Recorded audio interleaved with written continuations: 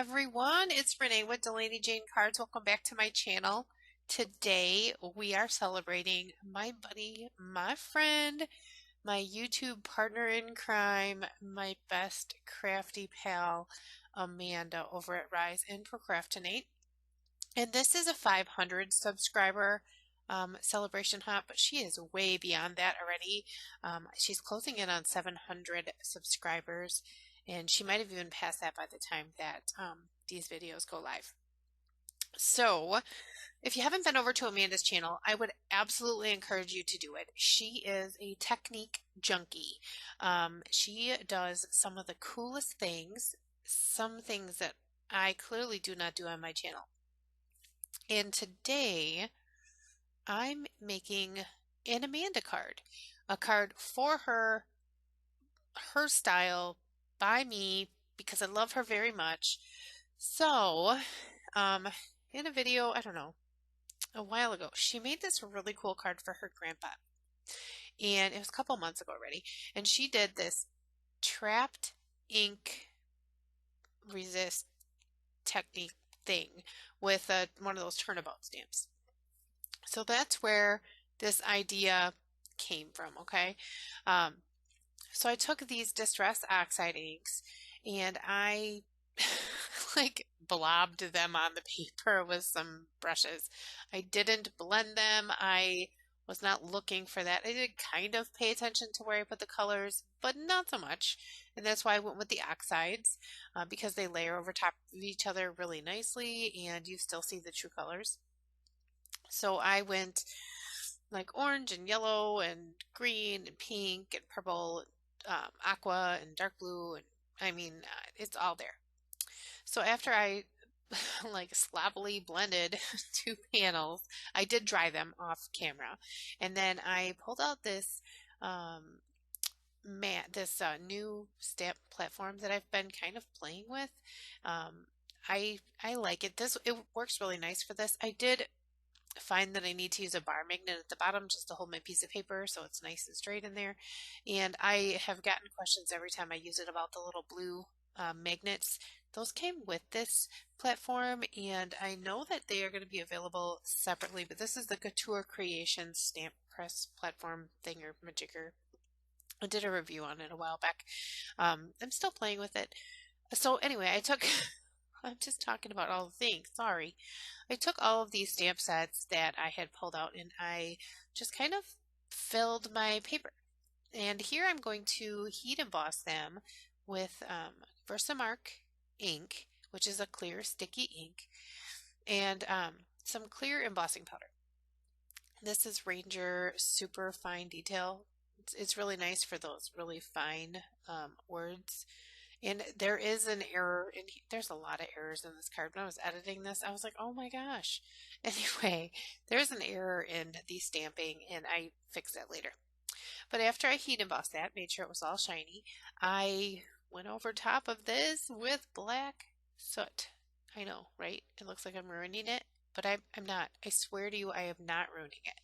But so I took a microfiber cloth and I started to buff away the ink from the pattern that I created. And I love it. I could have just left it like that. It would have been super cool. But I wanted this to be kind of a galaxy background because I don't know. Well, actually I do know. Because I planned on using this sun digital image that I found. It's actually like a clip art. I will link it below just so you know where I got it. So I spattered on some white watercolor, and then I have this liquid pixie dust from Ink on 3, and I did mix that in and spatter that on the panel. And I did just show you the blending of one. I did blend the other panel the same way. I just didn't stamp on it. And that was some glimmer spritzy stuff. I don't know. I'll link it or I'll have it listed below. And then I pulled out this die from Sunny Studios, and I had never used this die before. I had to have it when it came out, but I had not used it. And when she said she wanted to do interactive cards for this hop, I thought, well, what better time than now to go ahead and get this die out. And it creates like a super cool pop-up card. So you see my ruler there, and I did measure it to put it on the piece of paper before I ran it through my die cut machine, but it's still not straight. One side is farther away from the die than the other. And then this is the image that I pulled offline, and I printed it, and then I used my um, excuse me, Silhouette Cameo to print or cut it out. And then I just used some distress inks or distress oxides to basically paint the image. And then I used one of these blending stumps and put the pink right in the cheeks. I didn't do any Copic coloring because my buddy, my friend, my crafty pal, Amanda, she doesn't really do much Copic. Well, she doesn't do any Copic coloring. She doesn't do much alcohol marker coloring. That is not the style, and that's not the technique I wanted to show. So here I did heat emboss this sentiment in white embossing powder. I kind of did it off screen there, and then I'm just fussy cutting it out. I didn't want to like a banner, square banner. And then I realized that I had not um, used this part of the die, which is like the little thumb hole. And here I just left this in to show you how I cut off those little pieces that can wound you. Them little things can cut you bad, so be very careful. And then I brought my ruler out because I had high hopes that I could make this straight. And I put a little mark on the center of this notch, and I had put a mark on the center of the card, taped it down with my removable Scotch tape, ran it through my die cut machine, and it's maybe centered. I don't know. It's maybe close. So here I just took that other panel that I had made and slipped it underneath because I wanted to see how it was going to look. And then I measured because I needed to cut another panel. And I wanted to make sure that it was going to fit inside. And it needed to be wider than the sliding mechanism, but not as wide as the panel, if that makes sense. And then I chose to stamp another sentiment on this slider tab, and it says, "Don't stop till you're proud." And this is from Gina Marie Designs. She has some really cool stuff in her store, and this one I picked up, I think, probably at Christmas time, right about then, and I've finally found a really good use for it. I'm sure it'll get used a lot because it's a really cool sentiment. And I chose two of the colors that I had ink blended and made my galaxy sky with to stamp here. And then I did clear heat emboss that, again, off screen. So here you can see that white panel is going to connect to the very bottom of this piece that's cut. And I used some score tape here, and I did make sure I burnished it down with my bone folder to make sure that it is really stuck. This needs to be super strong adhesive. And then I put this down and needs to line up, and it is kind of going to work like that. So I put another piece of removable tape just to hold everything straight, and then I made sure that I had everything trimmed off because I didn't put everything down nice and straight.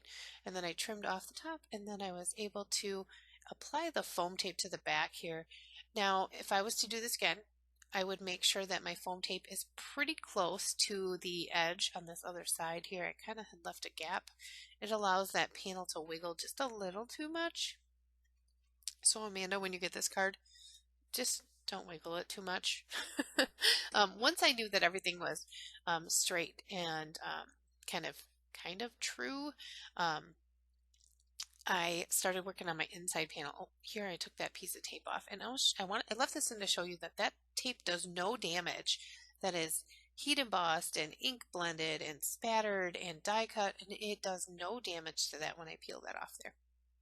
So I, again, heat embossed that sentiment on the back panel there that is going to show through the opening when I put this all together.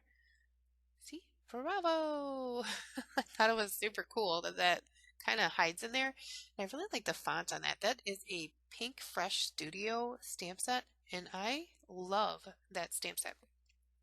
So here, I applied the sun, and I only put adhesive on it where on the bottom part of that flap, so that when I pulled it up, it didn't. It was able to bend and go up, and it didn't stick it to the outer frame.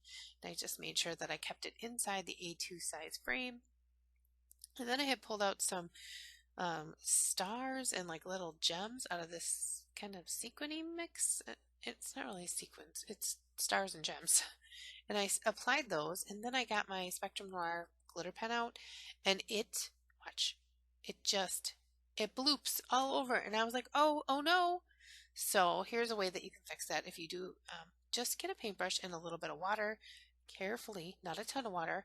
You can actually move that around. And then I just finished up the sun and made sure he was all shimmery.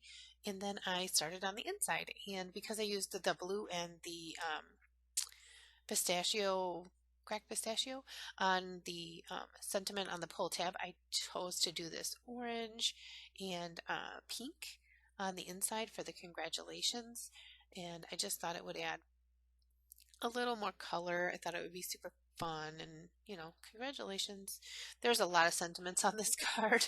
I thought it was so cool. And I would definitely do that panel again and just use it as a card front because it turned out so neat. But this die is really easy to work with too.